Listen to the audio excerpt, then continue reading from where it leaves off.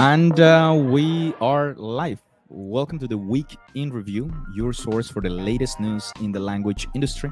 I'm your host, Eddie Arrieta. Let's jump right in. And we will begin with highlighting our weekly digest, which will go out today. We have three specific news we're going to be diving in. Mila, if you can augment the size so that everyone can read the three news. We have one regarding interpreters and a lawsuit around that. We will also be talking about climate survey. Mila, can you put it back in? Yeah.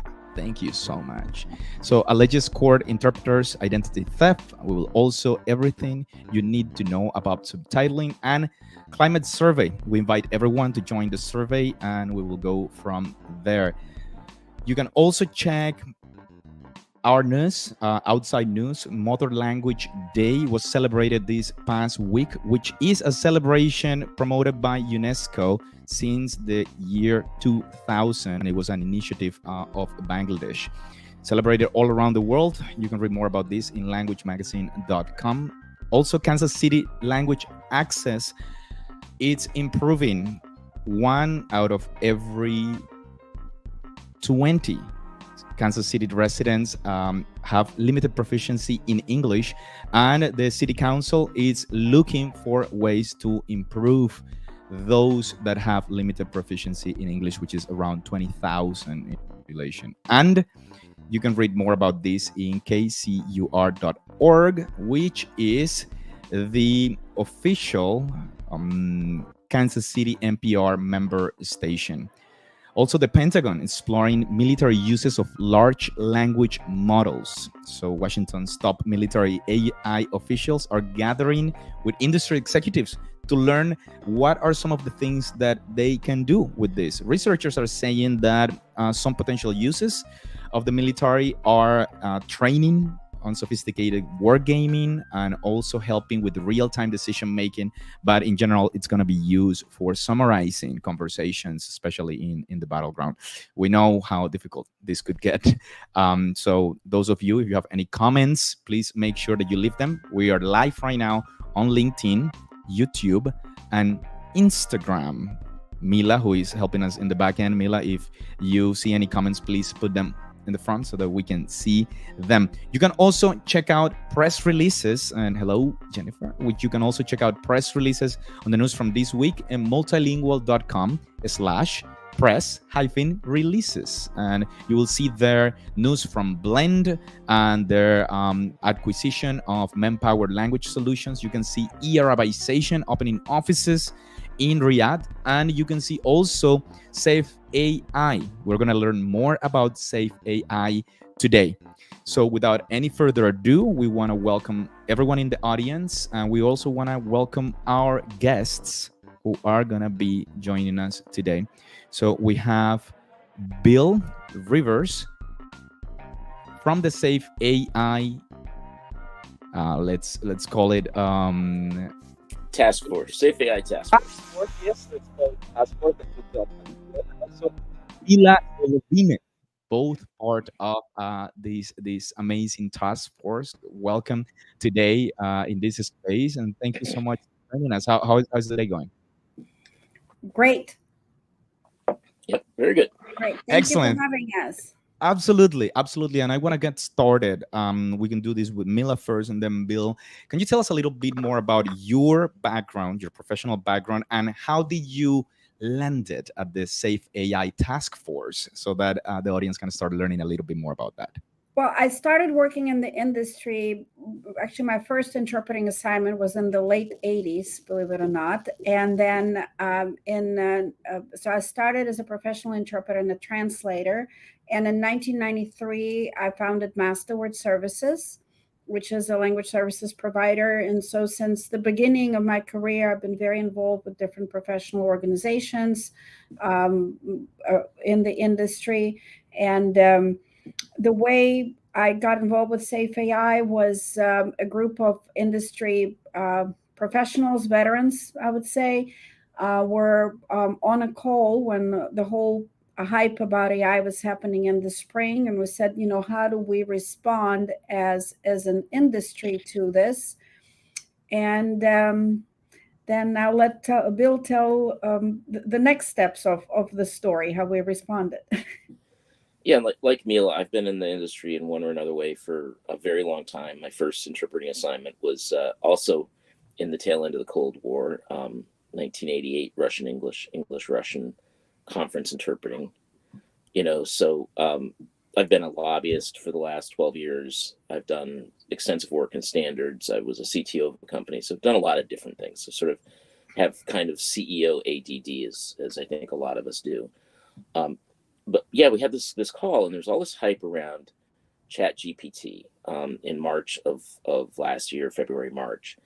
And a lot of folks coming back from the gala meeting saying, okay, we're going to be displaced by AI. That's what all the technologists are saying.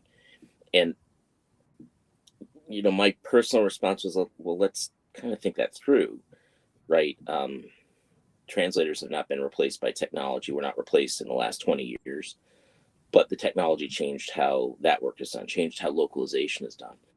Can we think through what the possible impact of AI might be and where it might make sense, what pieces of the workflow, what situations, and can we pull enough, a diverse body of stakeholders together? So this isn't just, say, interpreters and language companies looking to defend their turf.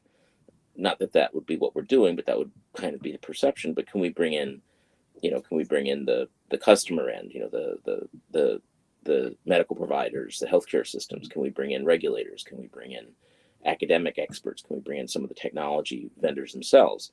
And in varying degrees, we're able to bring an enormous group of stakeholders together. We put out a survey for volunteers, had more than 600 people volunteer, created from that a stakeholder assembly to kind of serve as the oversight of the effort, and there's more than 50 people on that. There's an administration subset that meets weekly to make sure everything's on the rails.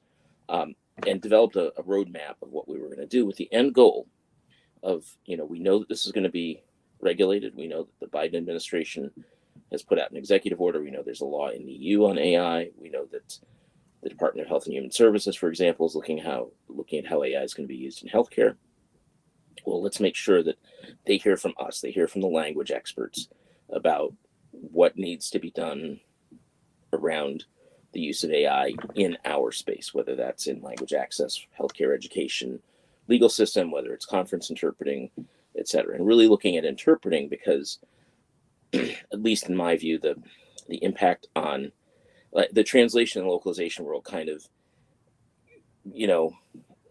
swallows the technology whole and integrates it very quickly into the workflow. I mean, I'm oversimplifying, but that's when you step back and look over the last 20 plus years, that it's a sort of a different space for different reasons, and translation versus interpreting, even though I've done both. And even though in some languages like Russian, it's the same word, переводчик, you can say устный переводчик, письменный переводчик, it's just one word for translator and interpreter. That, how would this play out in interpreting, right? Thank you so much for sharing that insight. And you mentioned 600 people, 50 people. Could you speak a bit about the texture of the comments and the reception of the initiative? What are those that are within saying? And I know, Mila, that we've exchanged a few messages, and I see the passion and I see the speed at which we are communicating. Maybe you can speak a little bit about what are the interpreters saying, those that are joining and having these discussions. What are the words that they are using to? So first of all, we at the very beginning we wanted to involve, and we identified 11 stakeholder groups. So interpreters are just one of those 11. We also wanted to go to the end users and consumers, and the whole idea behind the task force is not going language professionals against the technology, but how do we embrace the technology responsibly and with accountability. And Bill mentioned the translation industry kind of taking technology very, very quickly. And it's true, but translation industry is also a lot more mature in the way, has a lot more years behind its belt in the way in adopting machine translation, newer machine translation. And text and translation can be reviewed after. In interpreting, text cannot be reviewed after, it's live. And if a particular error occurs, depending on the setting and the risk, it can have very dramatic outcome. Let's say if medical interpreting is handled incorrectly, a patient can die. So the overall perception, I believe, is that technology will change the way we work. Technology is welcome because it's actually going to expand language access in places where it has never been provided before. In my personal view, not the survey view, I think is going to exponentially expand language access. And then we're looking at ways of what is the responsible way? How do you have accountability for those high risk scenarios? I don't think anybody doubts in the fact that in low risk encounters, AI and machine interpreting is welcome. And then there's a second point that was not covered in the survey, but I'm going to bring it up because many people hear me talk about it, and that's marginalized languages. The other half of the world, where their language is not even digitized in many and often of cases. So we then what is the digital disparity we're creating for the other half of the world if they don't have access to it? And I think, Bill, it would be great if you can answer the same question because you have. Yeah, no, it ties directly back into Mother Language Day, which was yesterday. For 7 years, I was the president of the board of directors of 7,000 Languages, which uses a licensed technology that was very generously given to 7,000 by Transparent Languages, a company in New Hampshire that builds online language learning. And we've done 50 different courses, 50 different languages roughly, of endangered languages, First Nations, Native American, and other endangered languages around the world. But it's the question of data and training for large language models is actually a big deal. And There are languages where there's very little data available, very little, whether it's online or not. There are certain languages of the Austronesian languages of the Philippines where the only extant data are translations of the Gospels.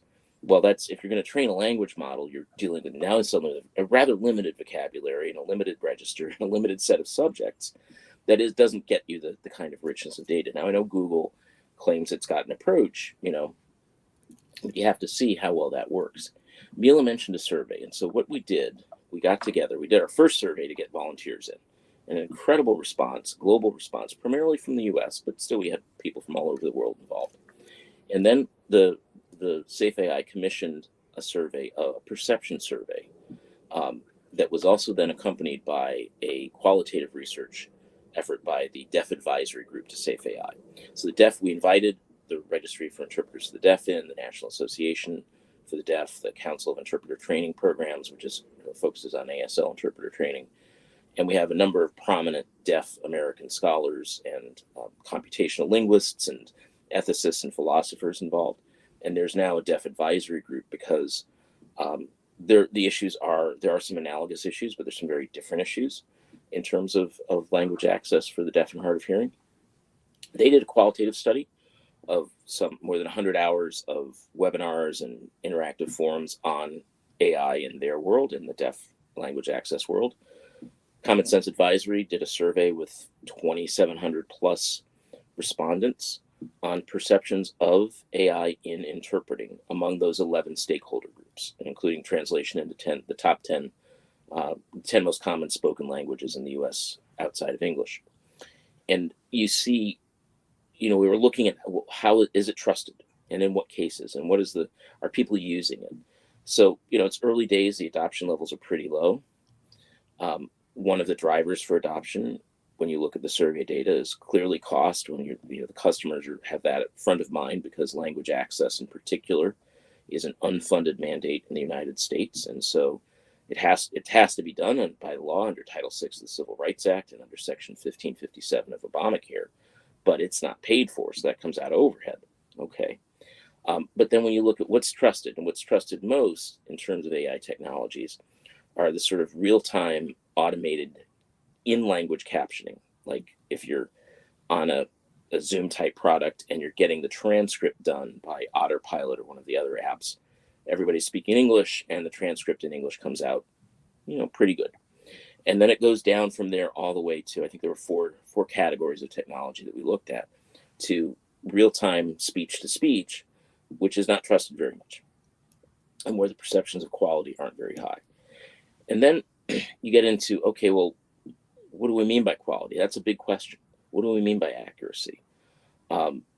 Something could be 98% accurate, but if that 2% is, oh, oops, we removed the wrong kidney, the tumor was actually on the other one, okay, that's a problem. Or an example that one of our colleagues, Gabrielle Lemoyne from Hispanic Language Advisory, posted an article yesterday looking at the Argentinian president Milei's speech in Davos, where the AI solution translated everything pretty well, but had missed a very important and subtle nuance when he was talking about collective economic action that might lead you to believe he supports it, whereas in fact, when you listen to the Spanish or you listen to the human, the English interpreter. Now, it's a little bit far-fetched because anybody that's making decisions based on that, say the US government wants to think about its policy towards Argentina, they're going to have humans involved, at least now. But if you look at it from purely point of view of accuracy, it could be seen as very accurate, but still misleading. So the survey tries to get at all of this, and it's an enormous amount of data. There will be 2 webinars, right, Mila? I think you want to talk about those. Yep. Next week, where these results from both the quantitative survey and the qualitative research by the Deaf Advisory Group are going to be presented to the public. Yeah, and I'd love to hear more about the 2 events. Mila, I want to take a second to lead everyone to also know that we have an article. We are sharing those in the comments of our social media so that you can read the information on the 2 events that we're just going to talk about. And Mila, after the giving us this recap of the events that we're going to have. It'd be amazing if you can also tell us a little bit more about the objective and also the reason to be, the raison de ser of Safe AI. Is it about the safe use and embracement of the technology? Is it also looking to protect the interpreters? Is going to be my question. But let's dive into the events because those are very exciting and I'm probably going to join as well. So the events are going to be on February 29th, 10 a.m. Central. There'll be an event, and it's posted in the information releases and press releases that you guys, in the article that you're publishing. It's also posted on Safe AI TF for taskforce.org. So safeaitf.org. So the first event is going to have main stage presentation is going to be Helene Pialmir with CSA Research. It's about a 350-page report with a lot of data points that she's going to talk about. And then the second event is March 1st. And the center stage will be the Deaf Advisory Group, who have conducted an incredible study, qualitative study with a lot of information, a lot of new information. Actually, I've been in the industry for a long time. Some information is very new and different than expected. So expect surprises. And that will be on March 1st, the following day.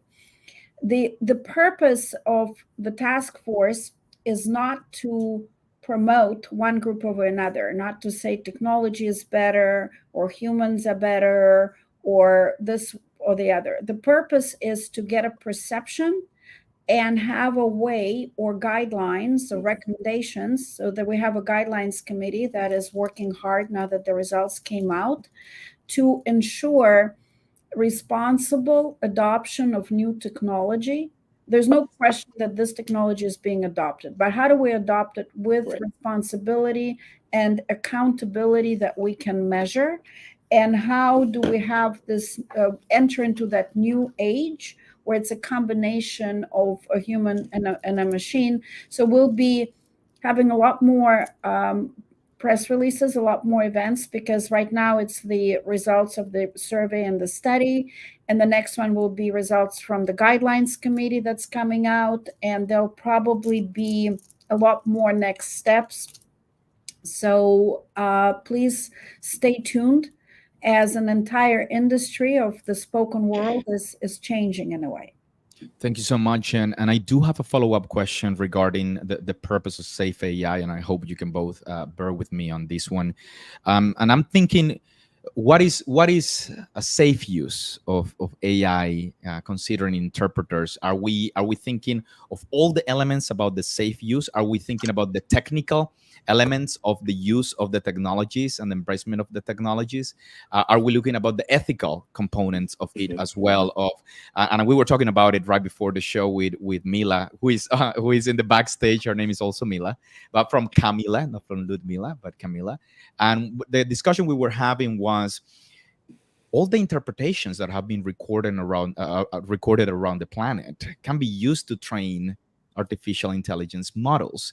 Are those interpreters being recognized for their effort? So I pose a question to you that have already, of course, looked into this more deeply. So that's actually a huge question for large language models in general, and there are several lawsuits that have been brought against some of the developers of large language models because they are using other people's data, presumably with, these are for-profit companies, so they're going to use these data for a reason, without attribution, without payment for the data. And that's going to play out over the next several years.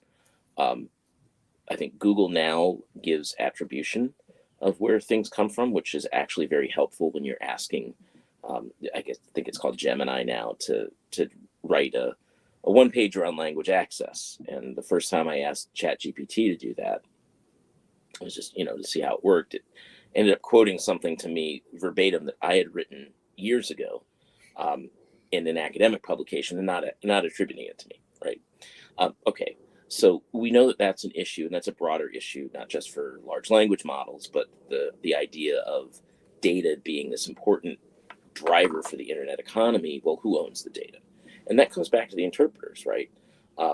And just as much as it does for translators when you're building a translation memory for a client, who's owning that? If you're using, we know that machine translation solutions often end up having to be put into walled gardens because the client does not want their data being used by the bigger machine translation engine to train, right?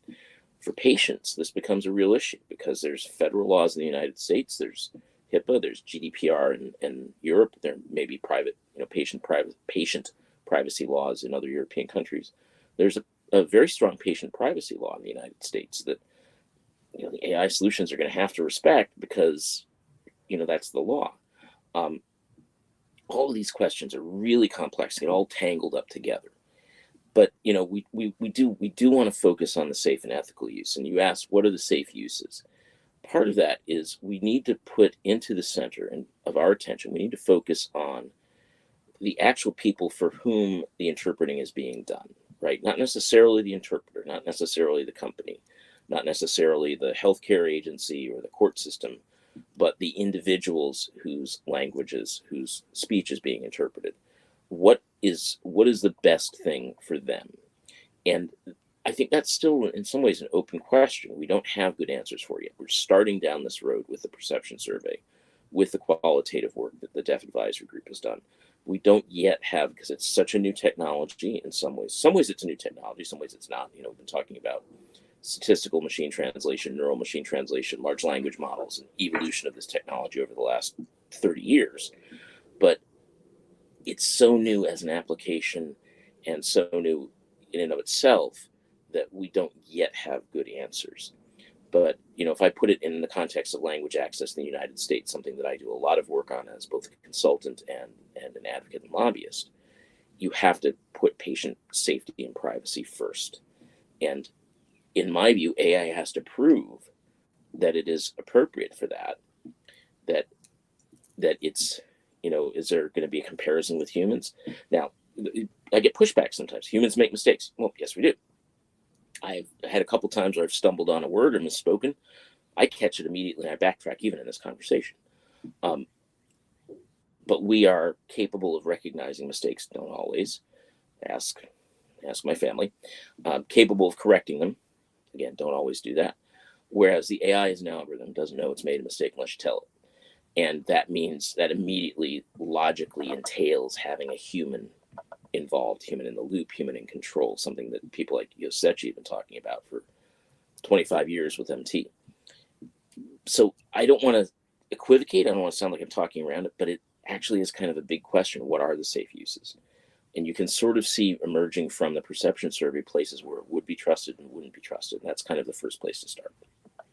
Thank you, Bill. And if I can jump on that Mila. and summarize it and say the name, it's stakeholders advocating for fair and ethical AI in interpreting. So a brief answer to your question is all of the above, whatever, all of the components of that. That's what we're looking at. Fantastic. We're going to wrap up in just a couple of minutes, but I want to take a second to thank everyone who is in the audience in our different social media. If you have any questions for Mila and Bill, this is the time to do them. We're going to be wrapping up soon. Where do we want this to go? What are the ultimate expectations of the task force, if I may say? And I know this is probably an ongoing conversation and it will be forever happening, and we will want policy and we will want different things, but what are some of those expectations that you have? So I think one of the expectations is, because this is a technology that's evolving very, very fast, the important thing is that as an industry, we are on the same page and we are reacting off the same page together. And so Safe AI gives that forum and the foundation for everyone to come together and be kind of figuring out how to safely drive a car with at least a foundation behind it, unified foundation. And Bill, I take that even a step further. We want to be in a place where we're providing thought leadership, where this is not driven by the technology and where we are not in a position of reaction. Again, I look at things through the legal and regulatory framework of language access, and I can see immediate applications to federal regulations around language access, for example. But though that gets kind of both down into the weeds, and there may be intermediate objectives along the way, but trying to shape this conversation in such a way that it's not driven solely by the technology vendors, nor is it driven solely by people reacting against them. I'm oversimplifying tremendously, but that's sort of where I would start in terms of what our purpose and goal is. And that is really great to hear. Can you remind us, just to end the conversation, where can we read more information, the website, and also the dates and times for the upcoming 2 events? So it's www.safeait as and task force, tf.org. safeaitf.org, and the events are on February 29th, 10 a.m. Central, and March 1st, 10 a.m. Central. Will be 2 reports will be presented. All right. Thank you so much. Any final words, Bill and Mila, you want to give to the audience? Stay tuned. Stay tuned. If you want to get involved, you can go to the webpage and send there's an email link if you want to get involved, you want to learn more, you want to serve on one of the committees. Always happy to have people. It's all volunteer. We've been very lucky to have a number of sponsors, large and small, that have supported the survey, but none of us are getting paid to do this. This is all a volunteer effort trying to, make our industry a better place. All right. Thank you so much, Bill Rivers from WP Rivers and Associates, principal there, and Ludmila Golovine, President and Chief Executive Officer at Masterword Services, both part of the Safe AI Task Force Initiative. Thank you for being here with us today. And to wrap up, we want to thank our guests, of course, and our audience for joining us today. Catch up on more news and press releases from companies like eArabization, Blend, and MemoQ by visiting multilingual.com. This has been the Week in Review. Remember to leave your comments and questions below, and subscribe to our channels for more language industry updates. Until next time, goodbye.